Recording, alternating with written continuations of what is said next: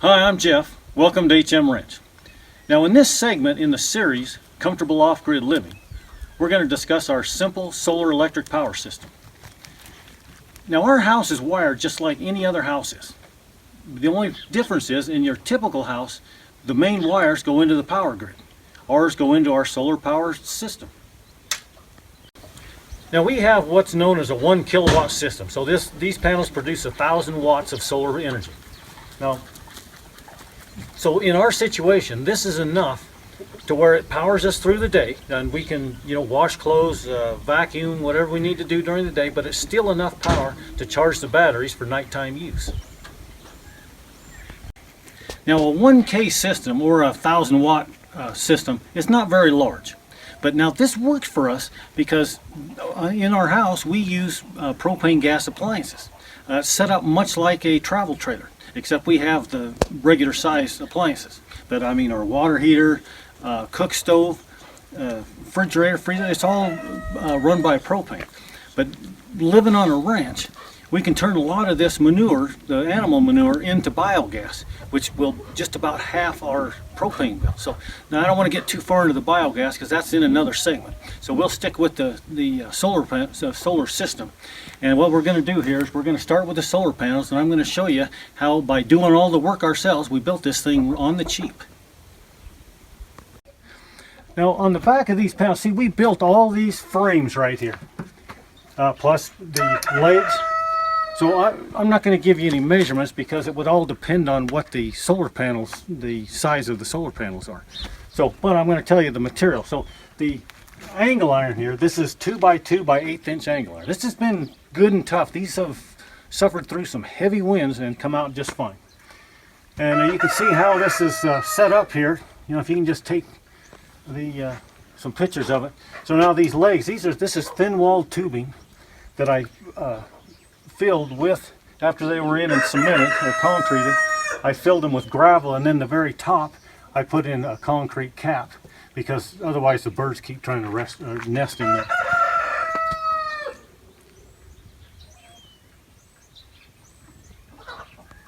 Now like I was saying, we did this on the cheap. You can see the wiring here is old extension cord pieces.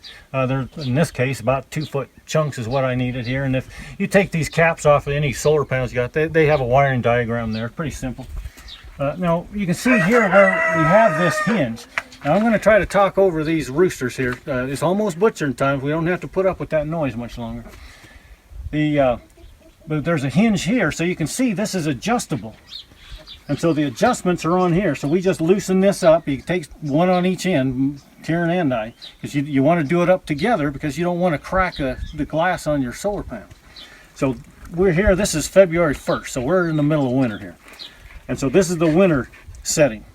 So we don't use the ones in between, but so in the summertime we will go to this one here. So it will flatten it out because the sun is up much higher. After the wiring is set up here, now it goes down here. You can see now each one has a switch on it. And the wires go down and they all come together. And then they end up into the root cellar, which is where we keep our electronic equipment. Simple electronic equipment. Very, very cheap. Now you probably noticed on this one there's a plug-in here. See, these panels, now we got these for free from a friend of a friend. Somebody had them up, it was in Reno, and so we went up and we got 100 of them. I think the other guy got 200 of them. So, but the reason they were there is because they were 24 volt, and that's not real standard, but it is for something like this. Why they were still there, I don't know. Sometimes fate just intervenes. But we got these for free. So on this plug-in, I'm back to this plug-in now.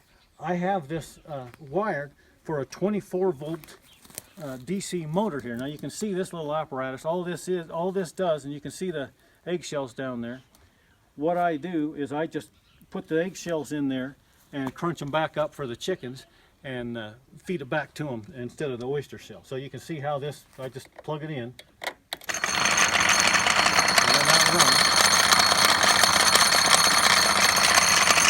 I just unplug it. But it's nice to have that here, and it's right close to the chicken pen. So next, we'll follow these wires on into the cellar where we keep our electronic equipment.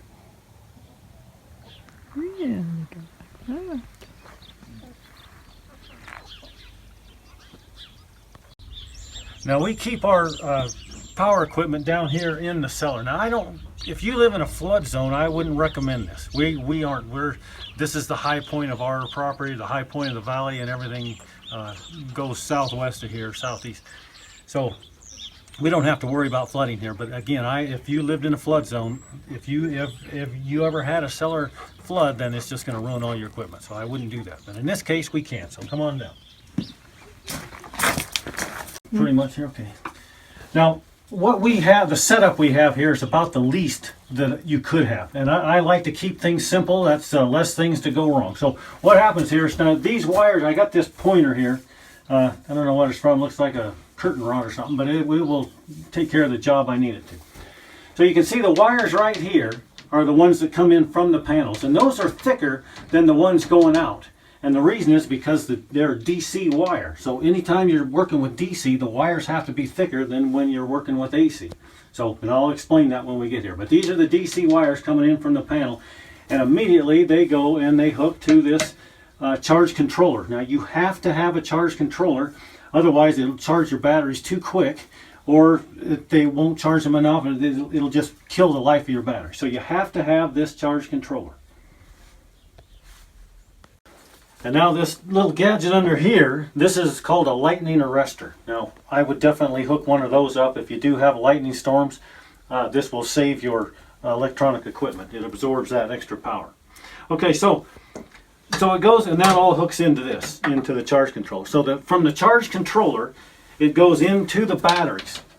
Now you can see here, what we have is just typical deep cycle batteries that we got at Walmart, and we have there's 1, 2, 3, 4, 5, 6, 7, and so we have 14 of these batteries. Now the last time that we had batteries here, they lasted for 11 years before we had to replace them with these. Okay, now these batteries, again, are for 24 volts, because you remember when I was talking outside, that the panels were 24 volts.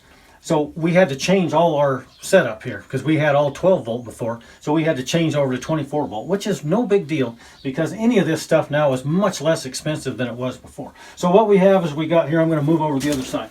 So we got 2 banks of 12 volt batteries.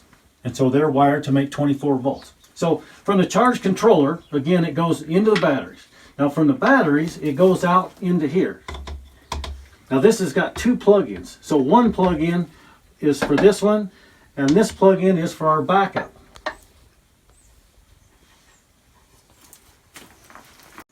Okay, now I would just disregard this because this was from an old 12 volt setup, so don't even worry about that. So the only thing I can say is with the inverter, so what these are is inverters, and that changes that DC voltage into 120 AC voltage or 110 AC voltage, which ends up going into the house. And that's where this plug goes, and it goes on up. You can see where it goes on out and out into the house. And we're going to go out there in just a little bit.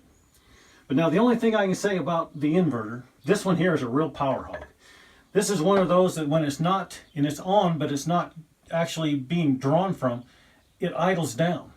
So that's the kind you want to get, because overnight, if it doesn't idle down, this one takes 70 watts just sitting there waiting for something to turn on so it can work. Even though it's on, but it's nothing's drawn from it, it's still taking 70 watts all night long. This one won't do that. So you want to look for an inverter that has that ability. And now, so again, you can see the difference in the wires here. How much thinner the AC wires are than these DC wires. So, and again, we can do that because we don't have the refrigerator, the freezer, and everything kicking on and off with those big loads when they first start. And so this is just perfect for what we're using. So this will go up again into the house, but we got another box we got to look at here. And so we're going to go up there right now. Now, one thing I almost forgot. We already got up out of the cellar before I remembered this, so here we are back in here. Anytime you have your batteries in a closed-in area like this, you need a vent because they will vent explosive gases. So you can see right up here, here's the vent right here. It's right here. And that goes clear up top. And it's got a cap on it so the rain can't get through. But that keeps this place vented, and you never ever smell any of the sulfation from these batteries. That's very important. Now right here, this is where the wires come in and then out of the cellar. Okay, so it comes underground over to our main switch box here. Now here is where, if you were tied to the power lines, it would go underground to the power lines, not to our power center. So, but this is where it all comes together, where it comes from there and then into the house. So one thing you can see, so this is the shutoff, and I got a, see if you can get in here. So I got this switch right here, so and I got it listed for generator and inverter. So right now it's on the inverter. So if I wanted to use, see, that's very important, is a backup generator. Anytime you're working with Mother Nature, she's not always going to perform for you. So you always have to have backups. And I'm going to go and show you the generator here in just a second. So if I want to use the inverter, there's little tabs on here that you can break off to keep one from another. But I never ever keep them plugged in at the same time because I'm afraid I'm going to blow something up.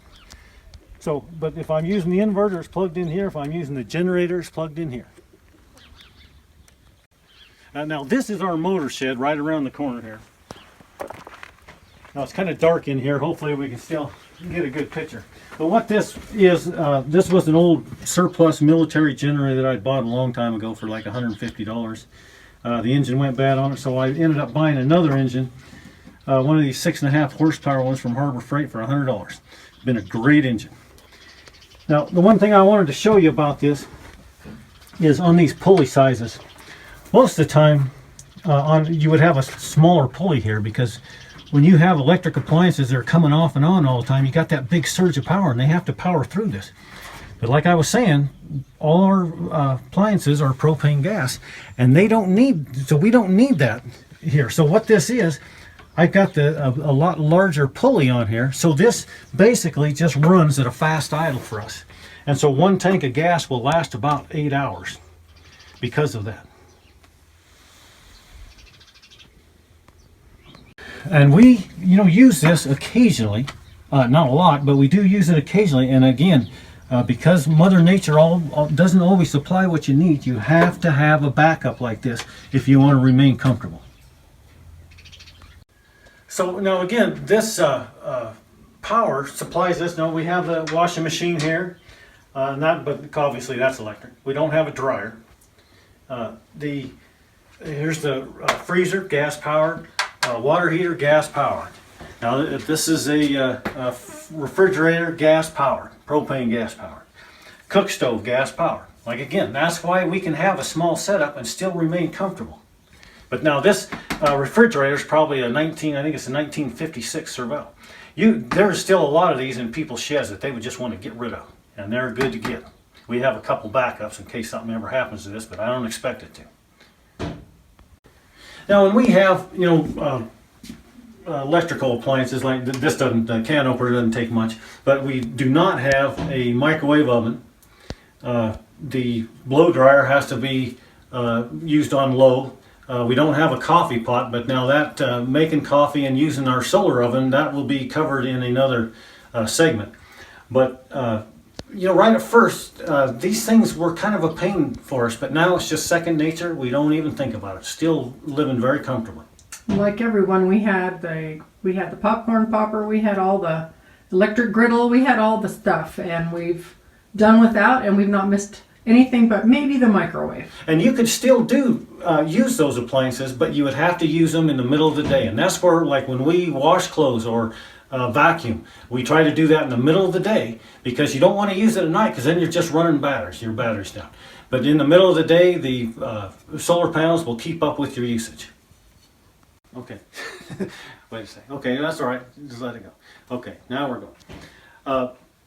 Now you can see in here, this is our entertainment center basically. We have a fairly good sized TV. We have the satellite receiver, tape player, DVD player, and CD, radio, and Record. tape and record player here. So we have pretty much everything everybody else has. Like I say, is just comfortable. Now, the one thing that I do want to point out here, though, see, we even have a Wii. But is our light bulbs. Now, these are the kind I like, these LED light bulbs. So, in this situation, so this is equal to the old 40-watt light bulbs. And, but it only takes 6 watts. And these are just a godsend to us people that are off-grid like this. It definitely saves power in the evenings and saves your batteries. So now what we're going to do is we're going to go out to my shop and I'm going to show you the small solar setup we got there for power. Now this is the only panel we have for the shop. Now, you know, I've got my trusty pointer here and I like this because it gives me a feeling of authority. And I noticed that the dogs showed me a lot more respect when I got this. But anyway, so this panel is just a 100-watt panel, and this is what serves my shop. So what we're going to do, I need you to come to the back side so you can see how I have this set up. Now this was refurbished from an old satellite dish from they used to have a long way back. And as you can see, pointed over that way, and you can see that's the dish. And so I use that for just if I have a calf or goats or something, they got a little bit of shade out there in the pens. That's it? So this panel is just a direct connection here to the wires, and you can see the wires go on down underground and they go over here to the shop or barn or whatever. It's just I got a shop in the barn. So we're going to be, when we go inside, we're going to be just on the other side of this wall in this corner here. Now you can see I've got a typical shop, nice and messy. But you know, the wires that come from the panel, just like at the house, come in, here they are, and they go right up to the charge controller. And again, you have to have a charge controller in a situation like this. But I think this one only cost us less than $20, if that. So it goes from the charge controller down to the batteries, and here's just another couple of deep cycle batteries, and I'm only using 2 in the shop here. Now then it goes from the batteries up into the inverter. So this inverter has been a good one. I've had this probably 15 years and never had a problem. And so this is what powers the whole shop. So like the drill press. You know, I got all the needed items to fabricate stuff. Grinder, bandsaw. And it all works off this little tiny system. So I'm going to point out a couple of things here that it's all been fabricated off using this simple solar setup that we have here. So now, like, here's an engine. This was going to go on to you can see a gyro plane here.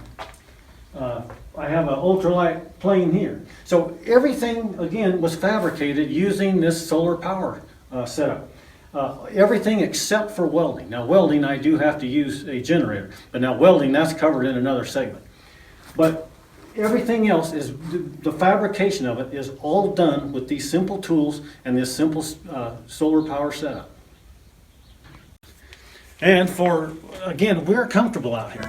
And we even have the satellite radio.